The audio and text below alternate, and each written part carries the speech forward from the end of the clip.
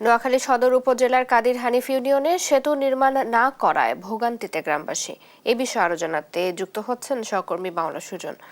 সুজন, সেতু নির্মাণে কর্তৃপক্ষ কোনো ব্যবস্থা নিয়েছে কিনা, কি অবস্থা দেখছেন জানাবেন।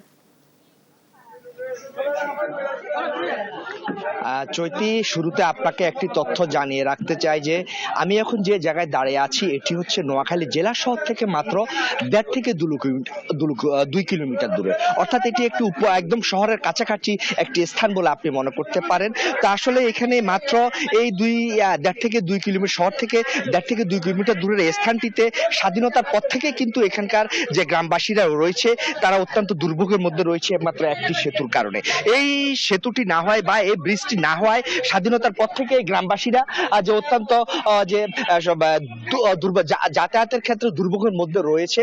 তারা জানিয়েছে বারবার কর্তৃপক্ষের কাছে ধর্ণা দিয়ে বিভিন্নভাবে আবেদন করেও কিন্তু তারা কিন্তু এই সেতু নির্মাণ ব্যাপারে বা এই ব্রিজটি নির্মাণ ব্যাপারে আজ পর্যন্ত কোনো সুরাহা পায়নি। তা আপনি নিশ্চয়ই দেখতে পাচ্ছেন যে এই যে কাঠের যে সেতুটি রয়েছে এই সেতুটি নোয়াখালী খালের উপরেই অবস্থিত। আপনি যে কাঠের সেতু দুই পাশে দেখতে পাচ্ছেন যে নোয়াখালী খালের অবস্থান গেল বন্যায় এই খালটি পরিপূর্ণ টইটুম্বুর হয়ে যে সেতুর উপরে প্রায় 1 হাঁটু পরিমাণ পানি উঠায় সেতুটি উপর দিয়ে চলাচল একদম অনুপযোগী হয়ে পড়েছিল এবং বেশ কিছু দুর্ঘটনাও ঘটেছিল। বিশেষ করে নারী ও শিশুরা বেশি দুর্ঘটনার শিকার হচ্ছে বলে জানিয়েছেন যে গ্রামবাসী। বর্ষার সময় এই সেতুটি প্রায় পানিতে ডুবে যাওয়ার ফলে নারী এবং শিশুরা, বিশেষ করে যারা গর্ভবতী নারী রয়েছে তারা কিন্তু এই সেতুটি দিয়ে যাতায়াত করতে একদম পারেন না।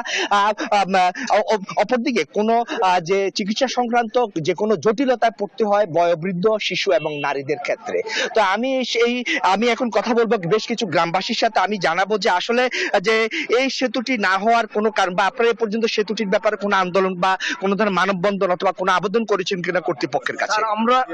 আমরা অনেকবার আবেদন করেছিলাম। আমাদের